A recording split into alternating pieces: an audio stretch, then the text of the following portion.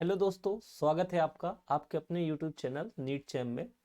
आज हम लोग एनसीईआरटी की निचोड़ श्रृंखला शुरू करने जा रहे हैं, जिसमें हम एनसीईआरटी के, जैसे कि आपको पता है कि एनसीईआरटी की लैंग्वेज थोड़ी मुश्किल होती है बच्चों के लिए। जब भी पढ़ता है बच्चा तो कंफ्यूज रहता है, उसकी लैंग्वेज देख के डर जाता है।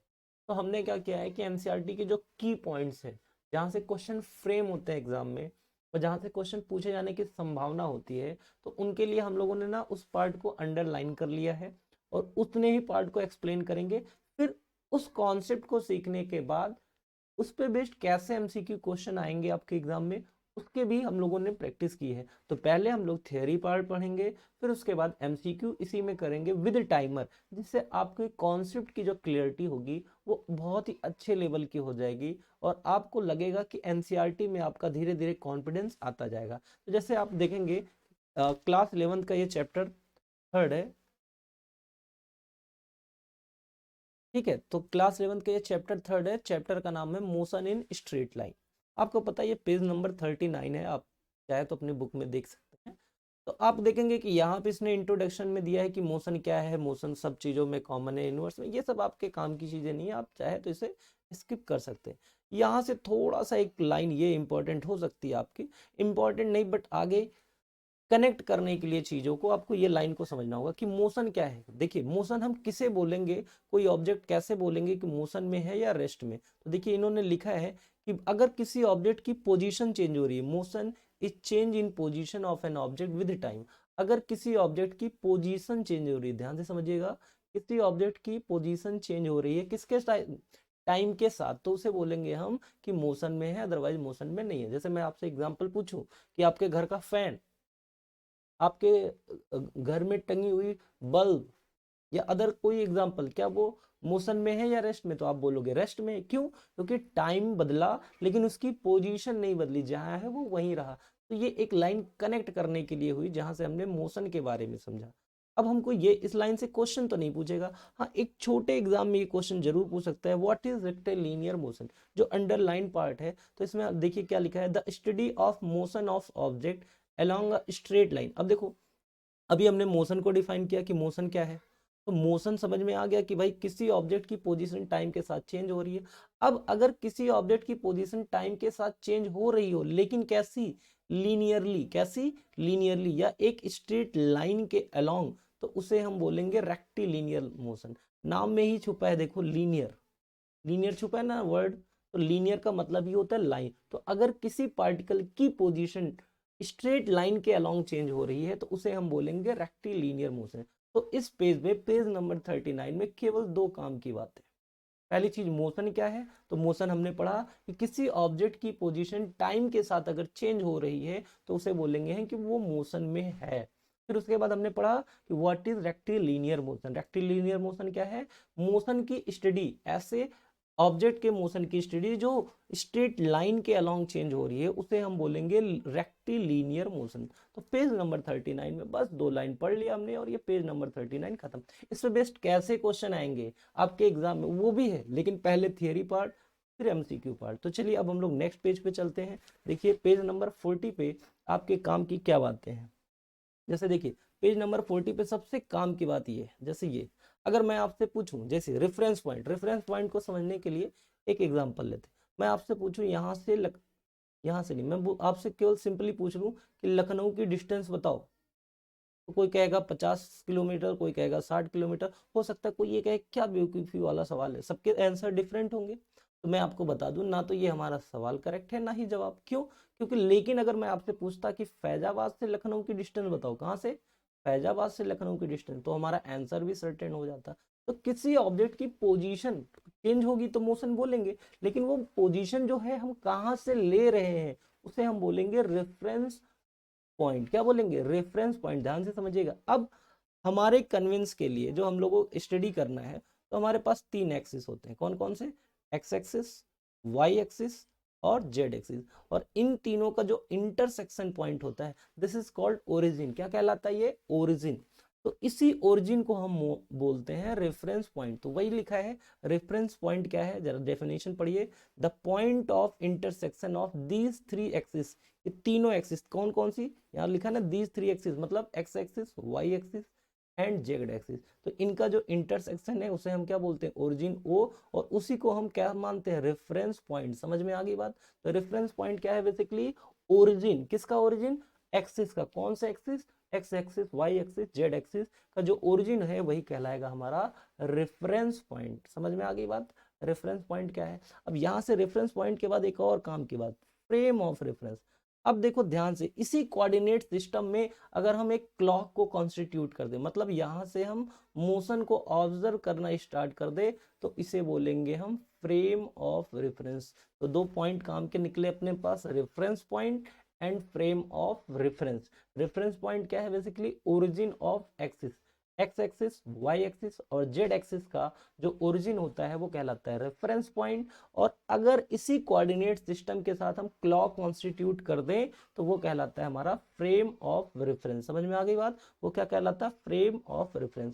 अब यहां से देखो, फ्रेम ऑफ रेफरेंस आते ही यहां से अगला पॉइंट कितना अच्छा आ गया कि अगर किसी ऑब्जेक्ट का एक वन और मोर कोऑर्डिनेट, एक या एक से अधिक कोऑर्डिनेट अगर टाइम के साथ चेंज हो रहे हैं, कोऑर्डिनेट मतलब एक्स एक्सिस का कोऑर्डिनेट, वाई एक्सिस का कोऑर्डिनेट या जेड एक्सिस का कोऑर्डिनेट, कोई भी एक कोऑर्डिनेट अगर टाइम के साथ चेंज हो रहा है, चाहे वो एक्स एक्सिस, चाहे वाई एक्सिस, चाहे जेड एक्सिस या बोथ, एक वन और मोर देन वन ऑब्जेक्ट के कोऑर्डिनेट्स अगर किसी ऑब्जेक्ट के चेंज हो रहे हैं टाइम के साथ, तो हम बोलेंगे कि ऑब्जेक्ट मोशन में है, अदरवाइज हम बोलेंगे ऑब्जेक्ट क्या है, रेस्ट में। तो यहां से हमारी जो डेफिनेशन बनी भी किसकी, रेस्ट की एंड मोशन की। किसकी, रेस्ट की एंड मोशन की। बहुत ही अच्छी डेफिनेशन है in terms of frame of reference. Frame of reference के अकॉर्डिंग, ठीक है, अगर फ्रेम ऑफ रेफरेंस के रेस्पेक्ट में किसी पार्टिकल की पोजीशन मतलब कोऑर्डिनेट चेंज हो रहे हो, चाहे वो एक्स कोऑर्डिनेट हो, चाहे वो वाई कोऑर्डिनेट हो, चाहे जेड कोऑर्डिनेट हो, अगर कोई भी एक चेंज हो रहा है या एक से ज्यादा कोऑर्डिनेट चेंज हो रहे हैं, तो हम बोलेंगे पार्टिकल हमारा मोशन में है, अदरवाइज बोलेंगे पार्टिकल हमारा कैसा है, रेस्ट में। तो तीन काम की बातें निकल के आई, reference point, frame of reference और मोशन एंड रेस्ट किसके रेस्पेक्ट में, फ्रेम ऑफ रेफरेंस के। एक बार बोल के जरा बताइए जरा, रेफरेंस पॉइंट क्या होता है, ओरिजिन ऑफ एक्सिस। कौन कौन से axis, X axis, Y axis और जेड एक्सिस के जो ओरिजिन होता है उसे ही हम बोलते हैं रेफरेंस पॉइंट। अगर उसके बाद आया अपना क्या, frame of reference. Frame of reference क्या है, अगर ओरिजिन के साथ हम टाइम को कंस्टिट्यूट कर दें, किसको, एक क्लॉक को कंस्टिट्यूट कर दें, यानी कि वहां से मोशन को ऑब्जर्व करें, तो वो कहलाता है हमारा फ्रेम ऑफ रेफरेंस। फिर उसके बेसिस पे, फ्रेम ऑफ रेफरेंस के बेसिस पे हमने रेस्ट एंड मोशन को डिफाइन किया। अगर टाइम के साथ एक कोऑर्डिनेट या more than one coordinate change हो रहा है, ठीक है, किसके रेफरेंस में, फ्रेम ऑफ रेफरेंस में, तो हम बोलेंगे कि ऑब्जेक्ट हमारा मोशन में है, अदरवाइज क्या बोलेंगे, रेस्ट में। बहुत अच्छी बात, यहां तक सारी बातें क्लियर हुई। फिर जो अगला टॉपिक आता है जहां से आपके क्वेश्चन बन सकते हैं, this is path length. Path length को हम एक और नाम से जानते हैं, डिस्टेंस। ठीक, समझ में आ गई बात। तो क्या है, देखिए पाथ लेंथ बेसिकली यहाँ से ये आपके काम की पॉइंट है। देखो, distance is called path length. हमने बोला कि पाथ लेंथ को हम किस और नाम से जानते हैं, डिस्टेंस। लेकिन ये आपसे क्वेश्चन नहीं पूछा जाएगा कि भाई पाथ लेंथ क्या है।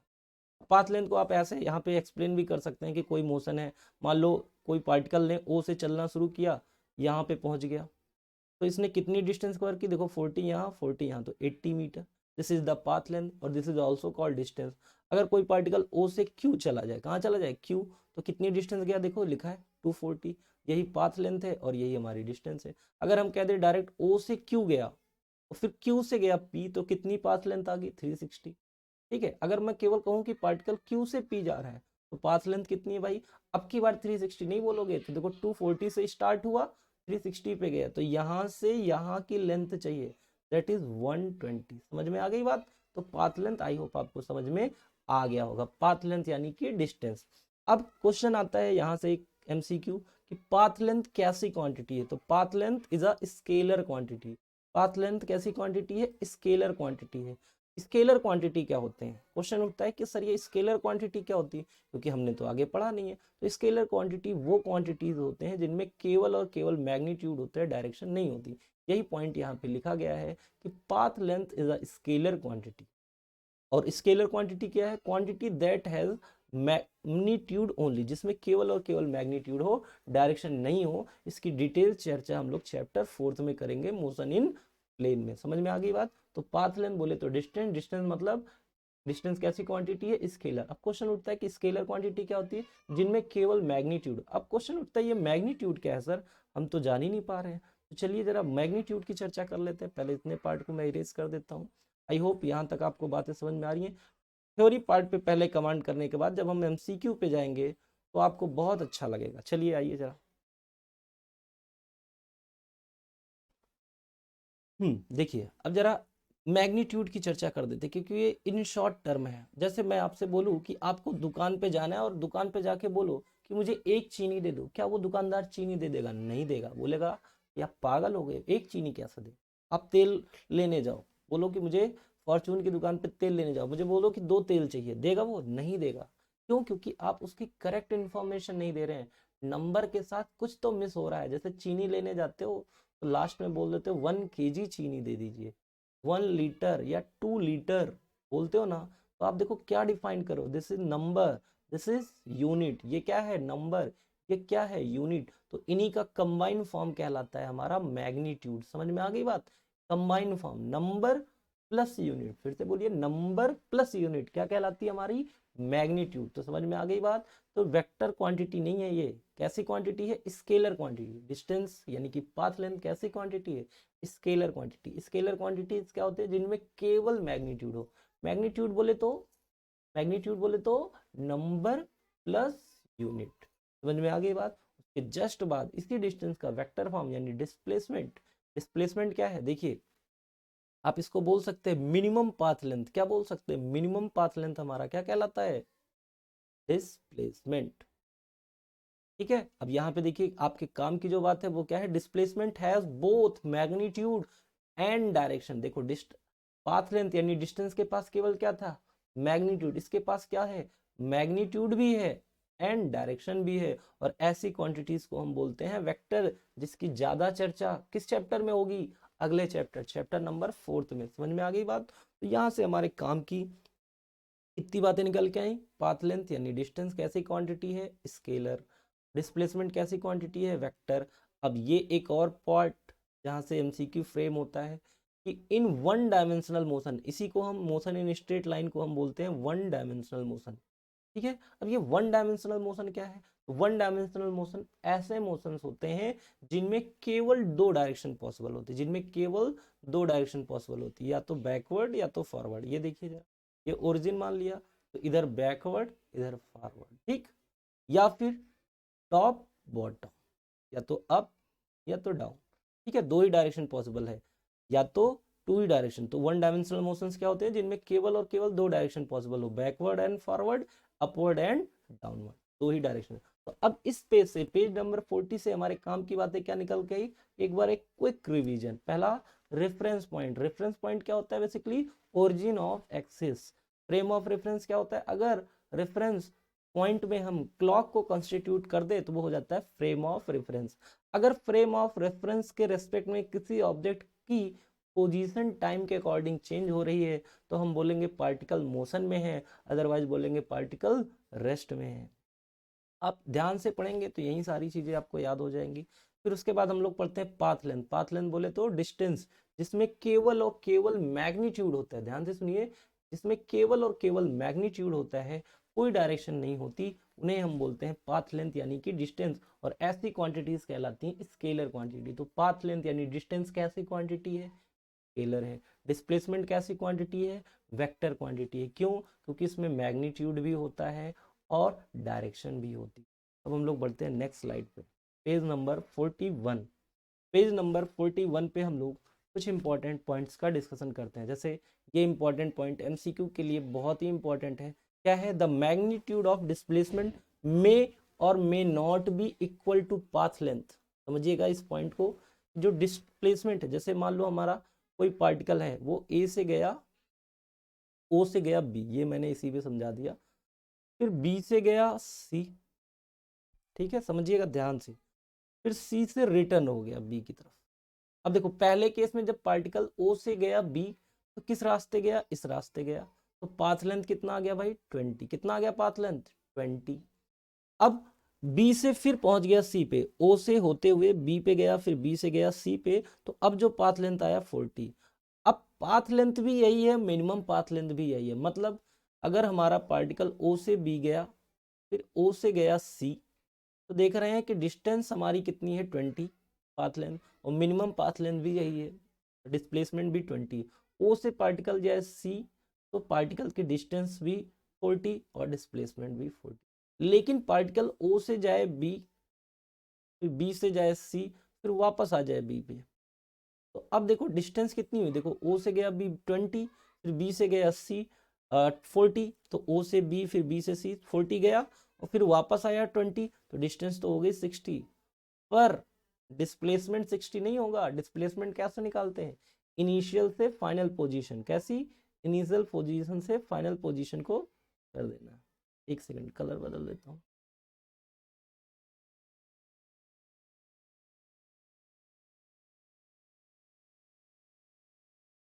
देखो यहाँ से एरो बनाना है, ये इनिशियल पॉइंट है, ओ पहुंचा कहाँ है, बी पे, तो यही डिस्टेंस। देखो भाई मिनिमम पाथ लेंथ आ गया, ओ से बी कितनी डिस्टेंस है, ठीक। तो देखो आप, इसीलिए कहा गया है इस पॉइंट में कि डिस्टेंस डिस्प्लेसमेंट के इक्वल हो भी सकती है और नहीं भी इक्वल हो सकती, ठीक है। तो मैग्नीट्यूड ऑफ डिस्प्लेसमेंट हमेशा इक्वल हो भी सकता है और नहीं भी इक्वल हो सकता है, डिपेंड करेगा, ठीक है। जैसे अगला पॉइंट है, एक और पॉइंट देखते हैं। The magnitude of a displacement for course of motion may be zero but the corresponding path length is not zero. अगर ध्यान से समझना, कोई पार्टिकल अगर रेस्ट पे है, कोई पार्टिकल अगर रेस्ट पे है, तो उसका डिस्टेंस भी जीरो होगा और डिस्प्लेसमेंट भी जीरो होगा, क्योंकि पार्टिकल ने रेस्ट पे है तो उसका डिस्टेंस भी जीरो, डिस्प्लेसमेंट। लेकिन अगर पार्टिकल ने मोशन स्टार्ट किया, वो कहीं भी गया थोड़ी दूर, ठीक, तो उसका डिस्प्लेसमेंट जीरो हो सकता है अगर मोशन में, लेकिन डिस्टेंस कभी भी जीरो नहीं हो सकती। मोशन होना चाहिए, मोशन होगा। जैसे मैं फॉर एग्जांपल मान लो पार्टिकल ए से गया बी, फिर बी से वापस आ गया ए पे, तो देखो जहां से चला था वहीं वापस आ गया। डिस्प्लेसमेंट इस केस में क्या हो जाएगा, जीरो, पर डिस्टेंस जीरो हो सकती है क्या, नहीं हो सकती। इसलिए हम कह सकते हैं कि डिस्टेंस डिस्प्लेसमेंट जीरो हो सकता है, बट डिस्टेंस कभी भी जीरो नहीं हो सकती। यहाँ पे एक वर्ड ध्यान देना हमेशा, course of motion. Course of motion का मतलब मोशन होना चाहिए, क्योंकि रेस्ट के केस में दोनों जीरो पॉसिबल है, ठीक है। तो ये पॉइंट अपने काम का है। अब देखो भाई ध्यान से, अगला पॉइंट क्या है। अगर यहाँ पे उसके बाद कुछ ग्राफ दिए, यहाँ पे इस ग्राफ की भी चर्चा करनी बहुत जरूरी है। ग्राफ ऐसा है, मैं इस पार्ट को रुकिए, मैं इरेज,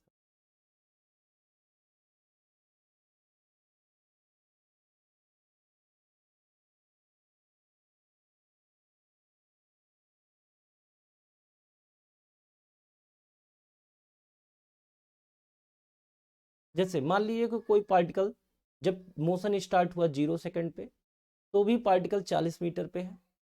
10 सेकंड बाद पार्टिकल दिखा, वो भी फिर भी 40 मीटर पे है। 20 सेकंड बाद पार्टिकल दिखा, फिर भी उसकी पोजीशन 40 मीटर पे। 30 सेकंड, हम देख रहे हैं टाइम तो बढ़ रहा है इधर चलने पे, बट ऑब्जेक्ट की जो पोजीशन है ना वो नहीं बढ़ रही है। तो इसे बोलेंगे स्टेशनरी ऑब्जेक्ट का ग्राफ। स्टेशनरी ऑब्जेक्ट का ग्राफ बोले तो कि ऐसा ग्राफ, ऐसे पर्सन का ग्राफ या ऐसे ऑब्जेक्ट का ग्राफ जिसकी पोजीशन टाइम के साथ नहीं बदल रही, मतलब एक line parallel to time axis. Time axis के पैरेलल अगर कोई लाइन बनती है तो वो एक स्टेशनरी ऑब्जेक्ट ही होती है। अदरवाइज कोई ऑब्जेक्ट स्टेशनरी मोशन में, जैसे मान लो 2 सेकंड, 4 सेकंड, 6 सेकंड, समझिएगा ध्यान से। मान लेते हैं पहले 2 सेकंड में कोई पार्टिकल 10 मीटर गया, फिर अगले 2 सेकंड में भी ये 10 मीटर गया, फिर अगले 2 सेकंड में भी ये 10 ही मीटर गया, तो ये कैसा मोशन हो जाएगा, यूनिफॉर्म मोशन। मतलब टाइम के बढ़ने के साथ, टाइम जैसे जैसे बढ़ेगा उसी के अकॉर्डिंग जो पोजीशन है हमारी वो कांस्टेंट रहे। पोजीशन कांस्टेंट का मतलब कांस्टेंट रेट से बढ़े, इंक्रीज करे, तो इसे बोलेंगे यूनिफॉर्म मोशन। और ये जो ग्राफ बनेगा एक स्ट्रेट लाइन होगी जो कि पास करेगी हमेशा कहाँ, ओरिजिन से, ठीक है। तो आई होप आपको इतने सारे कॉन्सेप्ट समझ में आ गए होंगे। अब यहाँ से अपना थ्योरेटिकल पार्ट खत्म होता है। अब यहाँ से हम लोग एमसीक्यू के क्वेश्चंस की प्रैक्टिस करते हैं। आपको एमसीक्यू क्वेश्चन करने के लिए 5 सेकंड का टाइमर मिलेगा। आपको क्वेश्चन पढ़ना है और आंसर करना। पहला क्वेश्चन ये रहा आपकी स्क्रीन पे, चलिए देखिए बता, पढ़िए पहला question. Which of the following is a one dimensional motion. इनमें से कौन वन डायमेंशनल मोशन है, और आपका ये टाइम स्टार्ट होता है। जल्दी से रिप्लाई करना है, कमेंट बॉक्स में अपने आंसर टाइप करिए और मैच कराइए। करेक्ट आंसर क्या रहा अपना, डी। क्यों, क्योंकि वन डायमेंशनल मोशन क्या होता, हमने पढ़ा था कि वन डायमेंशनल मोशन ऐसे मोशन होते हैं जिनमें दो ही डायरेक्शन पॉसिबल हो, या तो फॉरवर्ड या तो बैकवर्ड, या तो अपवर्ड या तो डाउनवर्ड। अब देखो landing on off an aircraft, तो एयरक्राफ्ट की लैंडिंग कुछ यूं होती है जिनमें दो एक्सिस हमारे चेंज होते हैं, ये ऑप्शन तो नहीं हो सकता। मोशन ऑफ व्हील्स, ये सब सर्कुलर मोशन है। अब देखो ट्रेन किसी ट्रैक पर जब रन करती है वो या तो फॉरवर्ड रन कर सकती है या तो बैकवर्ड, तो दो ही डायरेक्शन पॉसिबल थे, इसलिए हमारा आंसर ये हो गया। ठीक है, एक वन डायमेंशनल मोशन। अगला क्वेश्चन ये रहा आपके स्क्रीन पे, देखिएगा जरा। The numerical ratio of displacement to distance for a moving object is. ठीक है, तो रेशियो फिर से आपके पास 5 सेकंड का टाइमर, जल्दी से क्वेश्चन के आंसर दें। ठीक, इक्वल टू और लेस देन 1। आइए जरा समझते हैं, चलिए समझते हैं क्वेश्चन को जरा। पहले क्या है, डिस्प्लेसमेंट और डिस्टेंस का रेशियो। तो हमने बोला था कि डिस्प्लेसमेंट जो होगा वो हमेशा छोटा होगा एज कंपेयर टू डिस्टेंस। तो जब रेशियो लेंगे भाई तो वो क्या होगा, या तो इसके इक्वल होगा तो रेशियो हो जाएगा 1। मैं इधर ले लेता हूँ, ये इनटू में है, इधर आएगा तो क्या हो जाएगा भाई, डिवाइड में हो जाएगा। ठीक है, डिस्प्लेसमेंट डिवाइड सी, ये जो हमारा रेशियो कितना हो गया, लेस देन 1 और इक्वल्स टू 1। तो ये अपना करेक्ट ऑप्शन हुआ डी। फिर हम लोग क्वेश्चन नंबर 3 की तरफ चलते हैं। आई होप अब आपको जो कॉन्सेप्ट आपने सीखे थे ना उसका अच्छे से यूटिलाइजेशन यहाँ पे करेंगे और कॉन्फिडेंस गेन करेंगे।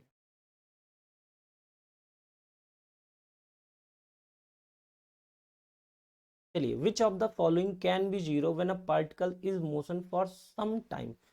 चलिए फिर से आपके पास 4 ऑप्शन है, 5 सेकंड का टाइम है, जल्दी से कमेंट बॉक्स में आंसर करिए, फिर उसके बाद हम लोग आगे के क्वेश्चन पे बढ़ते। तो हमने बोला था भाई कि इनमें से कौन जीरो हो सकता है, लेकिन इसने बोला है पार्टिकल मोशन में हो, तो हमने बोला था एक ही केस है, डिस्टेंस कभी भी जीरो नहीं हो सकती, और अगर डिस्टेंस जीरो नहीं हो सकता तो स्पीड भी जीरो नहीं हो सकती, पर डिस्प्लेसमेंट जीरो हो सकता है। आई होप आपने तीनों क्वेश्चन के आंसर करेक्ट दिए होंगे, नहीं करेक्ट दिए हैं तो फिर से कॉन्सेप्ट देखें। नेक्स्ट क्वेश्चन है, if distance covered bye a particle is zero what can you say about it's displacement.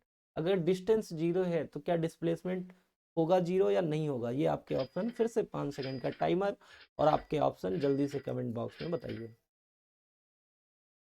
ठीक, अब देखो डिस्टेंस अगर जीरो है तो इसका सीधा सीधा मतलब है कि पार्टिकल कैसे है, रेस्ट में, और रेस्ट में अगर पार्टिकल है, डिस्टेंस जीरो है, तो it mean displacement must be zero, तो जीरो होना ही पड़ेगा। Option D correct. चलिए अब हम लोग नेक्स्ट क्वेश्चन की तरफ बढ़ते हैं। 4 क्वेश्चन थे, चारों क्वेश्चन के आई होप आपने आंसर सही दिए होंगे। क्वेश्चन है द लोकेशन, अगला question, the location of a particle has change what can we say about displacement and the distance covered by the particle.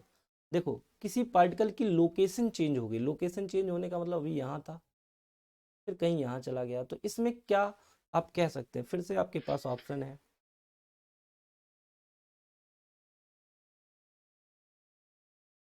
इनमें से अगर पार्टिकल की पोजीशन बदली है, ठीक है, पोजीशन बदली है, तो इनमें से कुछ भी जीरो नहीं हो सकता।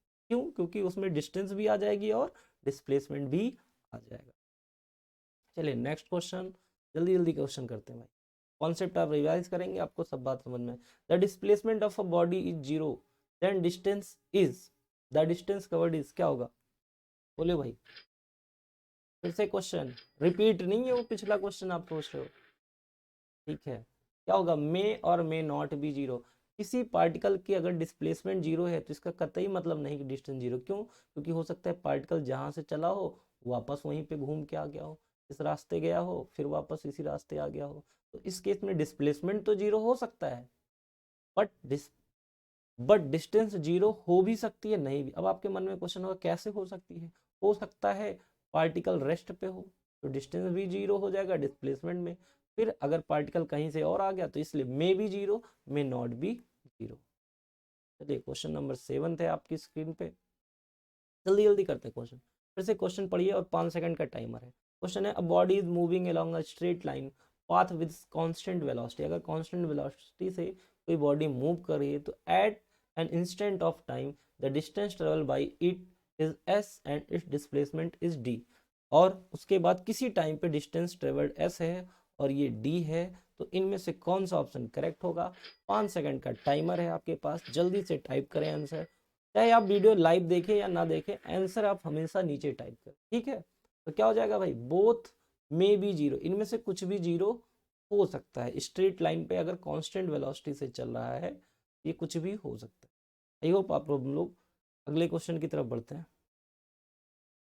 चलिए, बस आज के लिए इतना ही क्वेश्चन था आपके पास।